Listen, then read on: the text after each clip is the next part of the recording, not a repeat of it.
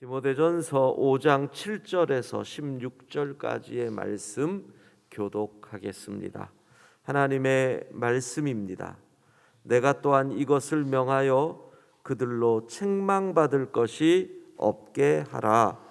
누구든지 자기 친족, 특히 자기 가족을 돌보지 아니하면 믿음을 배반한 자요 불신자보다 더 악한 자니라. 과부로 명부에 올릴 자는 나이가 60이 덜 되지 아니하고 한 남편의 아내였던 자로서 선한 행실의 증거가 있어 혹은 자녀를 양육하며 혹은 나그네를 대접하며 혹은 성도들의 발을 씻으며 혹은 환난 당한 자들을 구제하며 혹은 모든 선한 일을 행한 자라야 할 것이요 젊은 과부는 올리지 말지니 이는 정욕으로 그리스도를 배반할 때에 시집 가고자 함이니 처음 믿음을 저버렸으므로 정죄를 받느니라. 또 그들은 게으름을 익혀 집집으로 돌아다니고 게으를 뿐 아니라 쓸데없는 말을 하며 일을 만들며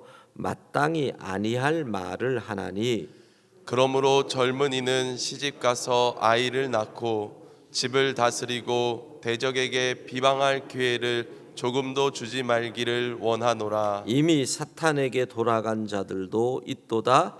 만일 믿는 여자에게 과부 친척이 있거든 자기가 도와주고 교회가 짐지지 않게 하라. 이는 참 과부를 도와주게 하려 함이라. 아멘. 자, 이번 주 말씀을 정리를 하십시다. 월요일 직분에 관해서 화요일과 함께 직분 사모해야 한다. 이게 전제죠. 직분을 사모해야 한다. 그러면서 직분을 맡은 분들 더러운 일을 탐하지 말라. 그러니까 직분을 나의 사욕을 위해 사용해서는 안 된다. 직분을 통하여 더러운 일을 탐했던 세 사람을 예로 들었습니다. 발람, 게하시, 그리고 가롯, 유다. 직분을 사모하는 사람들은 더러운 일을 탐하지 말고 그리고 믿음의 비밀을 가져야 한다. 믿음의 비밀, 구원의 확신, 특별히 예수님을 믿고 오늘이라도 잡혀서 죽임당할 수 있는 상황에서 믿음의 비밀은 오늘 죽어도 나는 천국 갈 수 있다라는 그 확신, 거기에 한 걸음 더 나아가서 하나님과의 관계 속에서의 영적인 체험, 기도 응답을 받은 체험이라든가 하나님을 만났다라는 어떤 그런 신비한 비밀이니까 누구에게 떠들지는 말고 나의 영적 비밀이 있어야 한다. 그리고 화요일에는 경건의 비밀에 관해서 사도는 말합니다. 예수님이 참 인간이신데 너희는 인간의 모습을 버린 것에서 경건을 생각한다는 거죠. 경건이 어떤 거룩한 후광이 비치는 요즘 아이들이나 사람들이 우스갯소리로 성경책 옆에 끼고 아주 몸짓을 그렇게 하고 목소리도 깔아서 할렐루야 이런 것이 인간의 모습을 버리는 것을 경건으로 생각하지 마라. 그러면서 유대 전통 따르는 사람들의 음식 규례, 또 영지주의 이단들이 혼인을 폐하는 것, 이런 금욕주의적 모습이 경건이 아니고 경건은 디모데전서 4장 4절 하나님께서 지으신 모든 것이 시작 하나님께서 지으신 모든 것이 선함에 감사함으로 받으면 버릴 것이 없나니 디모데전서 4장 4절 말씀. 아멘. 암송하려고 하는데 갑자기 자막을 올리는 것은 무엇을 방해하고자 함인지 암송입니다. 다시 하나님께서 시작. 하나님께서 지으신 모든 것이 선함에 감사함으로 받으면 버릴 것이 없나니. 디모데전서 4장 4절 말씀. 아멘. 감사가 결국은 경건이다라는 거예요. 수요일은 그리스도 예수의 좋은 일꾼이 되어라. 우리의 직업 윤리와 연결해서 설명을 드렸지요. 결국은 살아계신 하나님께 소망을 두라. 직장에서도 마찬가지예요. 하나님께 소망을 두고 일하라는 겁니다. 목요일 개인적인 권면이다 싶을 정도로 아주 사적인 접근이 들어갔다. 너의 연소함을 업신여기지 못하게 하라는 거지요. 어떻게 해야 되느냐? 계속 진보가, 성숙함이 나타나야 된다. 여러분, 성도는 끊임없이 자라야 합니다. 여러분의 믿음도 자라야 되고 봉사도 자라야 되고, 그래서 이 연소함이 있는 세대와의 소통, 이대남 이대녀의 특징을 생각하면서 신뢰를 얻기까지, 신뢰는 꾸준함과 전문성으로 신뢰가 쌓이는 거죠. 참고 인내하며 신뢰가 얻을 때까지 품어줘야 한다. 이런 말씀을 드렸습니다. 그리고 어제부터 오늘까지는 교회의 구제에 대해서 지금 사도는 말씀하고 있는 겁니다. 쉽지 않은 이야기지요. 오늘 본문들, 이 디모데전서는 실질적인 교회 내에서 있는 이야기들을 구체적으로 이야기하다 보니까, 특별히 이 요즘 세대의 뭐라고 할까요? 좀 젊은 분들은 거슬릴 수도 있습니다. 내용이 이렇게 왜 호레비도 많은데 과부만 얘기하냐, 이런 얘기 나올 수 있거든요. 그러니까 시대적인 상황을 여러분들이 생각하면서 이 본문을 읽어야 되는 겁니다. 우선 여성들의 인권이 아주 바닥에 있었기 때문에 과부는 혼자 살아가기가 아주 어려웠다라는 시대적 배경, 거기에다가 남성들이 많이 죽었죠. 전쟁이 많던 시대 아닙니까? 우리가 로마의 역사를 보면 끊임없는 전쟁이 있었던, 제국을 만들고 이루기 위해 있었던 그 시대이니까 과부가 더 많아지는 거죠. 자, 그런 상황 속에서 교회는 그렇게 크지 않습니다. 100명 모였을까요?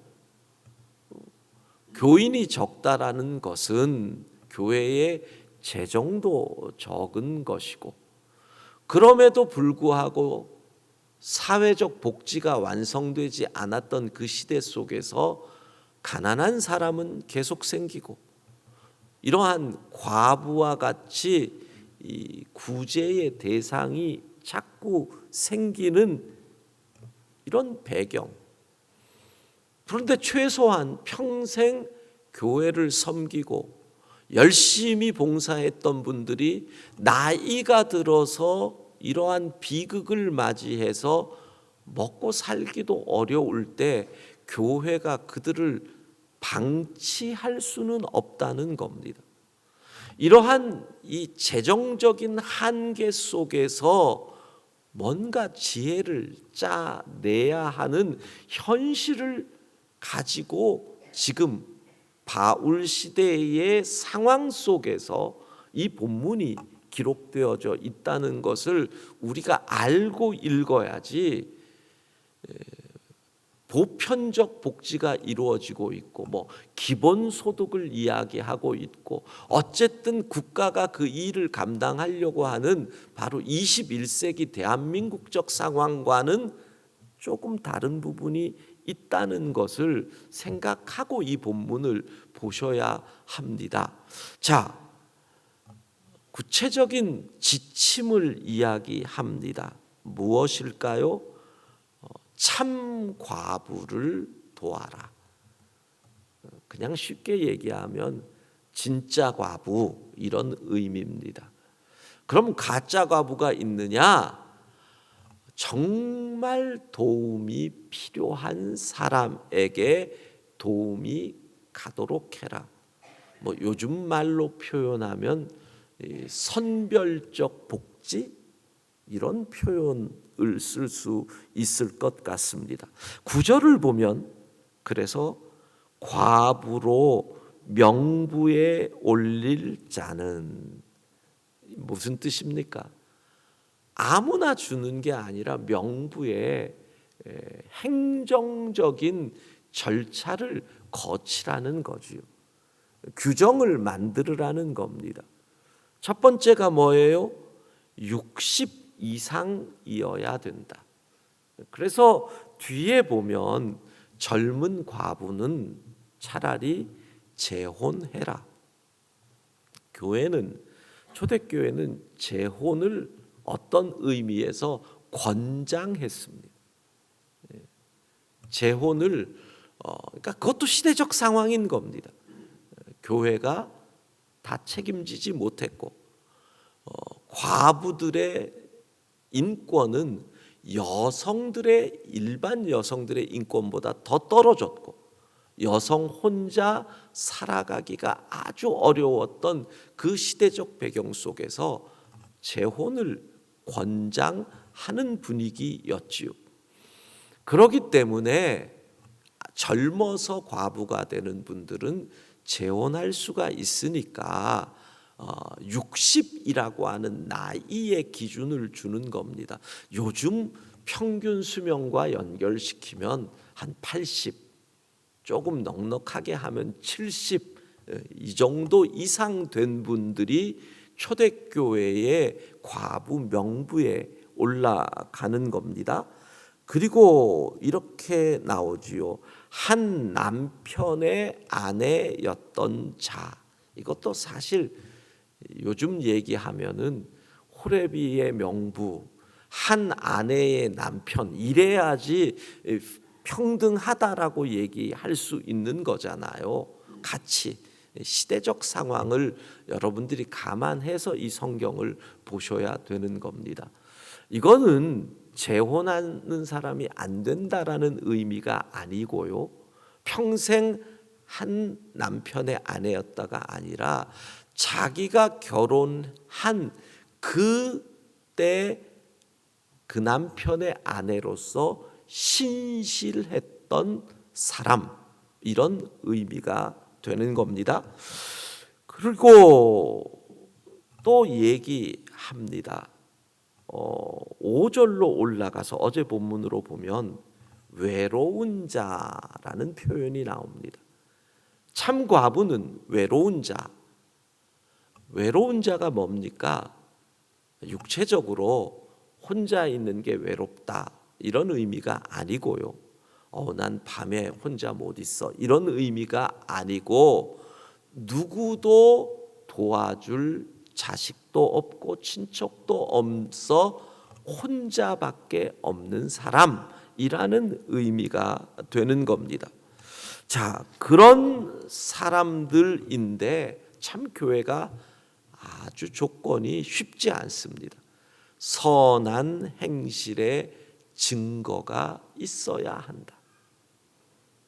그러니까 교회 내에서 인정받은 사람들이 과부가 되고 연세가 들고 홀로 어려울 때 그 사람이 명부에 올라가는 겁니다. 선한 행실의 증거의 첫 번째가 뭐냐? 10절을 보면 자녀를 양육한 것도 선한 행실의 증거가 됩니다. 그 자녀가 전쟁으로 재앙으로 세상을 떠난, 그런데 자식을 잘 키우고 돌본 것만으로도 선한 행실의 증거가 되는 겁니다. 엄마 역할 잘했다, 그것도 선한 행실. 그리고 뒤를 보면 나그네 대접 알지요. 근데 성도들의 발을 씻으며, 요거는 아실 겁니다. 고대 중동 나그네가 오거나 손님이 오면 발을 씻겨주는 것, 우리 예수님의 말씀 행적 가운데도 있잖아요. 가장 낮은 종이 하는 일이 종들 가운데서도 발 씻겨주는 일입니다. 그러니까 평생 교회에서 낮은 자세로 겸손하게 수많은 사람들을 섬긴 사람으로 해석을 하시면 되는 거지요. 그런 사람들. 자, 이렇게 얘기를 하면 이해가 됩니다. 근데 한 가지 이해가 안 되는 부분이 있습니다. 여기서 11절을 보면 그리스도를 배반했다. 15절 사탄에게 돌아갔다. 이게 어떤 의미겠어요? 재혼을 한 것을 이렇게 얘기하는 겁니다. 이게 무슨 말이냐? 재혼을 했는데 왜 사탄에게 돌아간 거냐? 학자들의 연구에 따르면 참 과부의 명부에 올릴 때 서약을 했다는 거죠. 어떤 서약? 나는 재혼하지 않겠습니다. 하나님 앞에서. 그리고 어떻게 무엇을 하느냐? 5절 말씀이에요. 하나님께 소망을 두어 주야로 항상 간구와 기도를, 즉 교회에서 중보기도자의 사명으로 내 평생을 살겠습니다. 이제 나의 남편은 하나님입니다 라는 서원을 교회에서 한 사람이 명부에 올라가는 겁니다. 그런데 그런 사람들이 재혼을 하면 하나님과의 서원을 어긴 것이니까 초대교회에서는 이런 것들은 큰 범죄가 됩니다. 요즘은 워낙 약속도 잘 어기고 서원한 것도 쉽게 지키니까 참 신앙도 교회의 치리도 쉽지 않지만 성경은 원칙을 말해야 되니까 하나님 앞에 소원하고 과부의 명부에 올라가서 교회의 재정적 지원을 받았는데 그 약속을 어긴 너는 그리스도를 배반한 것이요 사탄에게 돌아간 것이다. 이렇게 얘기를 하는 거죠. 그래서 아마 초대교회는 이런 것들을 생각했기 때문에 과부, 참과부의 연령을 60이라고 하는, 지금으로 치면은 70 이상, 80 이상이라고 연령을 제한한 것이 아닌가 하는 생각을 합니다. 자, 정리를 합니다. 분별해라. 진짜와 가짜를 분별해라. 특별히 교회에서 재정이 집행되는 구제는 언제나 공평의 문제가 생긴다. 왜 쟤는 주고 나는 안 주느냐? 우리도 그러잖아요. 기본 복지, 기본 임금 이런 거 얘기할 때 이게 계속 갈등이잖아요. 근데 교회 작은 곳에서 작은 재정으로 그거 할 때 너 분별력 있어야 된다, 디모데야. 그 말은 뭐라고요? 기껏해야 100명, 200명밖에 안 되는 성도들인데 너는 목사로서 그들을 신방하고 그들을 상담하고 그들의 속을 일일이 파악하고 있으면 진짜인지 가짜인지 모르겠느냐. 목회 제대로 하면 이런 문제 없다. 그게 과로예요. 행간이에요. 그 다음에 원칙은 가족이 책임진다라는 거죠. 가족이 돌보는 거다. 가족이. 내 가족은 내가 책임진다. 이것을 혼돈해서는 안 된다. 라고 얘기를 하는 거죠. 세 번째, 교회는 교회를 섬기며 평생 헌신한 분들의 섬김과 수고, 그들이 나이 들고 홀로 되어 가난 속에 있을 때 그들을 돌보는 책임이 교회에 있음을 잊어서는 안 된다. 특별히 이게 초대교회에서는 너무 중요한 거예요. 왜? 예수 믿다가 가장이 끌려가서 죽을 수 있잖아요. 그러면 누가 책임져야 돼요? 교회가 책임져 줘야 돼요. 그게 누가 당한 일이에요? 교회의 머리 대신 예수님이 십자가에서 죽으셨잖아요. 예수님의 어머니가 버려지다시피 했잖아요. 그러니까 교회 공동체가 과부인 예수님의 어머니를 돌봐주는 이 역사 속에서 교회는 교회를 위해 수고하고 봉사하고 헌신한 사람의 노후를 책임져 줘야 한다라고 하는 이 원칙을 주는 겁니다. 어제 말씀드린 것처럼 결국 사도는 교회가 새로운 가족이다. 이 가족, 그래서 제가 어제도 말씀드렸습니다. 위드 코로나 시대로 시작되면서 우리가 지금 가장 재건해야 할 것이 셀이다. 함께 모여 말씀을 나눴고, 함께 음식을 나눴고, 함께 기도 제목을 나눴고, 가족보다도 더 자주 만나 주의 사랑을 나누었던 이 셀이 코로나19로 다 흔들리고 있는 이때에 셀 가족을 다시 끈끈하게 만들어서 주 안에 우리는 한 형제인이며 자매인 것 기억하고 사랑으로 하나 되는 우리 모두가 되기를 소망합니다. 기도하겠습니다. 하나님, 우리에게 지혜를 주셔서 우리에게 주신 이 재정을 사랑과 섬김과 나눔에 불평함 없이 잘 사용하여 하나님께 영광 되게 하여 주옵소서. 코로나19의 시대에 많은 모임과 만남이 멈춰짐으로 우리의 교회 가정, 셀 가족이 흔들리고 있사오니 주님 다시 사랑으로 하나 되어 천국 가정, 셀 가정 흔들리지 않고 서로 기도하고 말씀 나누는 이 아름다움을 회복하게 하옵소서. 오늘 1부부터 내일까지 주일 예배로 모입니다. 전 세계 곳곳에 주의 이름으로 모이는 교회들마다 하늘의 은혜를 내려주시되, 특별히 기도하옵기는 전쟁에 참혹한 땅, 저 우크라이나의 폐허 가운데서 두려움 속에서 모여 하나님을 예배하는 성도들, 하늘 문을 여시고 그들을 위로하여 주옵소서. 평안을 더하여 주옵소서. 견딜 수 있는 힘을 주옵소서.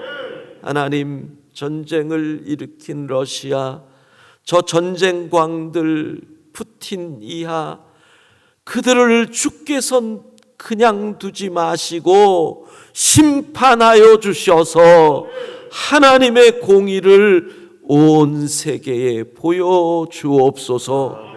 우리도 내일 오늘 주일 예배로 모입니다.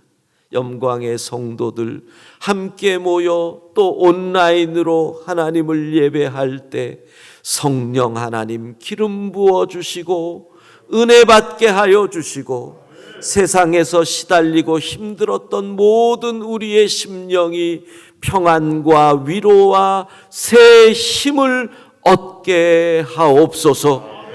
예배 중에 주의 뜻 알게 하여 주시고, 예배 중에 나의 기도의 제목에 답을 얻게 하여 주시고, 예배 중에 꼬인 것들, 막힌 것들이 풀리고 열리게 하여 주시고, 예배 중에 우리의 질병이 치유되는 역사가 나타나게 하옵소서.